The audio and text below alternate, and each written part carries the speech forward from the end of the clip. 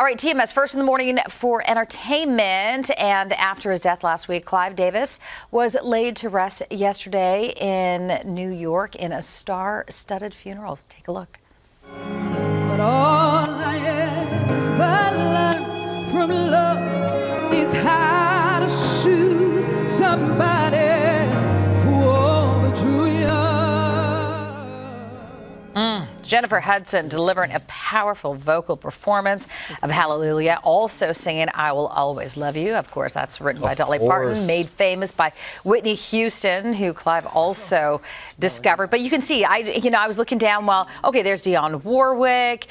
There were so many people there. Alicia Keys, Barry Manilow, who's up there right now?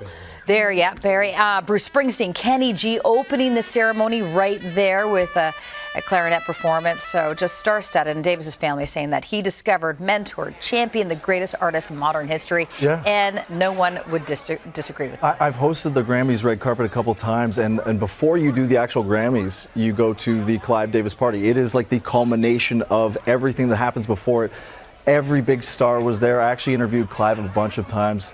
And less to say what Clive said to me, more what people are saying about Clive. All these artists just respect, revere, and really owe a debt of gratitude to Clive for their careers because he's produced such massive, massive industry superstars. For sure. All right, Academy Award-winning actor Kevin Spacey is speaking out about his sexual assault trial on a podcast called Club Random. He says his career is finally rebounding. I feel less in jail than I did. Oh, good. And that if I had been a sports figure, I would have been benched for 7 games. Do you know what I mean? Well, because that's what happens. That is Kevin speaking to the sexual assault and harassment allegations that he faced back in 2017, but they were not proven in court, and he was not found liable. And like I said, he was found not guilty of 9 criminal charges of sexual assault.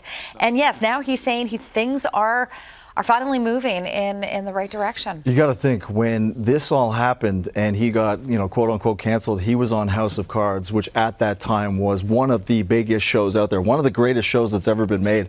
So seeing this conversation happen is going to trigger a lot of people, but at the same time, you have to let this one flesh out and understand what's going on in the industry and if there is a space for Kevin Spacey on the other side of this, because it is public that demands the stars, and that's how they get placed into their shows. Yeah, for sure. Her look is said to be inspired by Lucy Liu's character in Kill Bill. No way, or Ishii.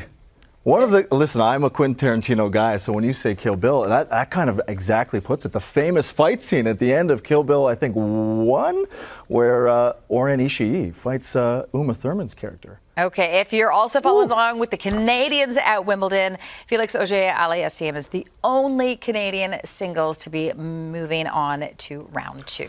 Well, Canadian tennis, Leylah Fernandez went down yesterday, my girl. But you know what? We just have a great group of young kids that are going to be here year after year. So good for Felix.